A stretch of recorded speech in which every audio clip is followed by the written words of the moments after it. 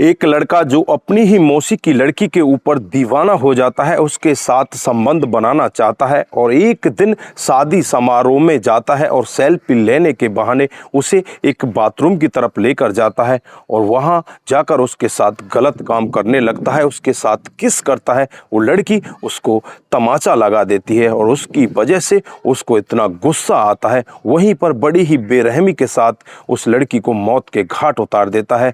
जब वो लड़की मर जाती है उसके साथ में वो बलात्कार करता है। जो जीते जी उस लड़की ने उसे अपने टस तक नहीं होने दिया, मरने के बाद उसके साथ वो सारा काम करता है। वो यहीं पर नहीं रुकता, उस सब का जुर्म एक सिपाही के ऊपर लगा देता है जिसने उस समय शराब पी रखी होती है। दोस्तों, उसके बाद पुलिस उस सिपाही को अरेस्ट कर लेती है, उसे जेल के अंदर भेज देती है। लेकिन इंटरनल जब जांच पड़ताल करती है तो होता है एक इतना बड़ा खुलासा। अगर आप भी पूरा मामला सुनेंगे तो एक बार के लिए आपका भी रिश्तों से विश्वास उठ जाएगा। आइए दोस्तों, जानते हैं पूरा मामला क्या था। नमस्कार, जय हिंद। आप देख रहे हैं APH न्यूज़ राहुल रावत के साथ। तो दोस्तों, आज की जो हकीकत की घटना आपको बताने जा रहा हूं, उत्तर प्रदेश में एक जिला पड़ता है मेरठ और इसी के हापुड़ की ये हकीकत की घटना है। यहां पर नेहा नाम की लड़की जिसकी उम्र 18 साल होती है, जिसने 12वीं की परीक्षा अभी पास की है और जो CA का कोर्स करना चाहती है,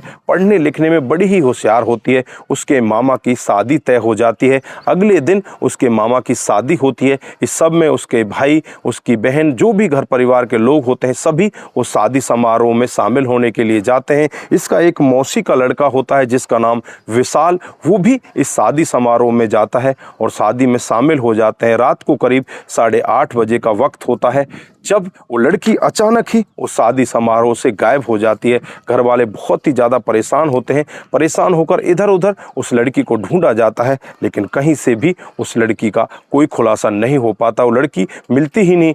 रात को करीब 11:30 पौने 12 बजे का वक्त होता है जब इसके मौसी का लड़का जिसका नाम विशाल होता है वो बाथरूम की तरफ जाता है और वहां जाने के बाद जोर जोर से चीखने लगता है, चिल्लाने लगता है। उसकी चीख पुकार सुनकर वहां पर लोग वाग इकट्ठा हो जाते हैं और वहां जाकर देखते हैं तो लड़की मृत अवस्था में पड़ी हुई है। उसके आधे शरीर से कपड़े उतरे हुए हैं। वहीं पर एक व्यक्ति पड़ा हुआ है जो कि नशे में बिल्कुल धुत है। मौके पर पुलिस को बुला लिया जाता है। पुलिस मौके पर पहुंच जाती है, डेड बॉडी को अपने कब्जे में लेकर उसे पोस्टमार्टम के लिए भेज देती है और जो वहां पर शराब के नशे में व्यक्ति पड़ा हुआ था उसका नाम होता है रवि, जो यूपी पुलिस का कांस्टेबल होता है। अब तुरंत ही पुलिस उस कांस्टेबल को अपनी गिरफ्त में लेती है और उससे पूछताछ करने की कोशिश करती है। रवि नाम का कांस्टेबल होता है, वो पुलिस वालों से ये कहता है कि साहब, मैं शादी समारोह में जरूर आया था और मैंने शराब भी पी रखी थी, ये भी ठीक है, लेकिन मैंने किसी को मारा नहीं है। मुझे नहीं पता कि इस लड़की के साथ में क्या हुआ है,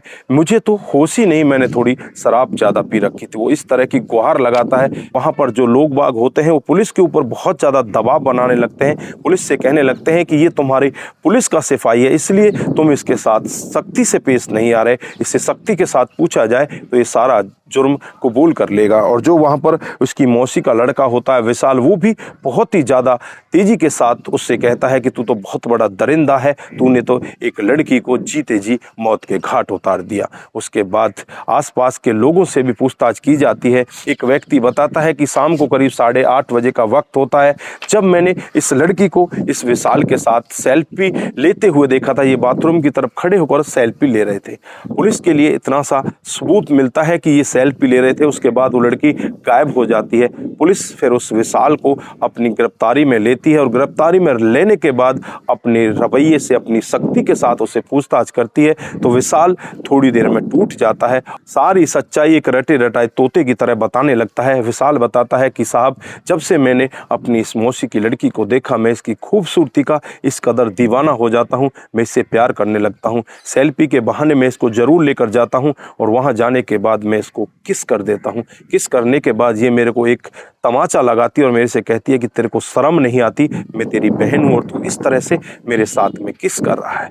मैं उससे कहता हूँ कि मैं तेरे से प्यार करता हूँ, मैं तेरे साथ जीना मरना चाहता हूँ, तेरे साथ शादी करना चाहता हूँ। लेकिन यहाँ पर वो लड़की साफ मना कर देती है और इससे कहती है कि तुझे शर्म आनी चाहिए, मैं तेरी बहन हूँ। उसके बाद ये लड़का इतने क्रोध में आता है, उस लड़की को बाथरूम की तरफ खींच कर ले जाता है, इसके मुंह को बंद कर लेता है और इसके गले को दबा कर रखता सकता, तब तक गले को दबा कर रखता है जब तक कि इसके प्राण नहीं निकल जाते। उसके बाद वो लड़की तड़प तड़प कर वहीं पर मौत के घाट उतर जाती है। किसी को आवाज़ भी इसलिए नहीं सुन पाती क्योंकि वहाँ पर शादी का माहौल होता है, डीजे वगैरह चल रहे होते हैं, लोगों का शोर बहुत ज़्यादा हो रहा था। इस वजह से किसी को कानों कान खबर नहीं चल पाई कि यहाँ पर हो क्या रहा है। उसके बाद इस लड़के के मंसूबे और ज़्यादा बिगड़ जाते हैं।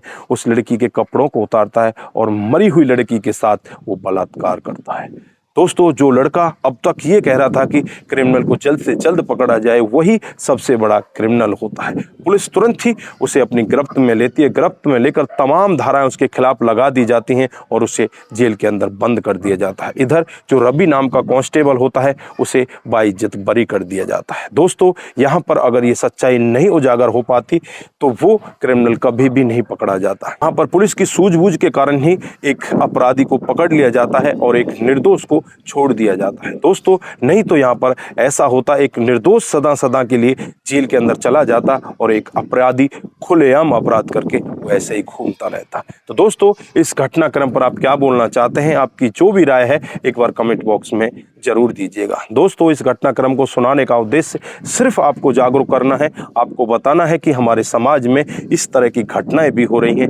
अपने बच्चों का विशेष ध्यान रखने की जरूरत है। अगर हम अपने बच्चों को किसी शादी ब्याह, किसी समारोह में भी लेकर जा रहे हैं तो वहां पर भी हमें अपने बच्चों का विशेष तरीके से ध्यान रखना चाहिए, नहीं तो यह हादसा किसी के साथ भी हो सकता है।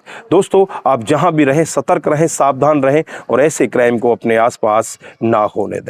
नमस्कार, जय हिंद, जय भारत।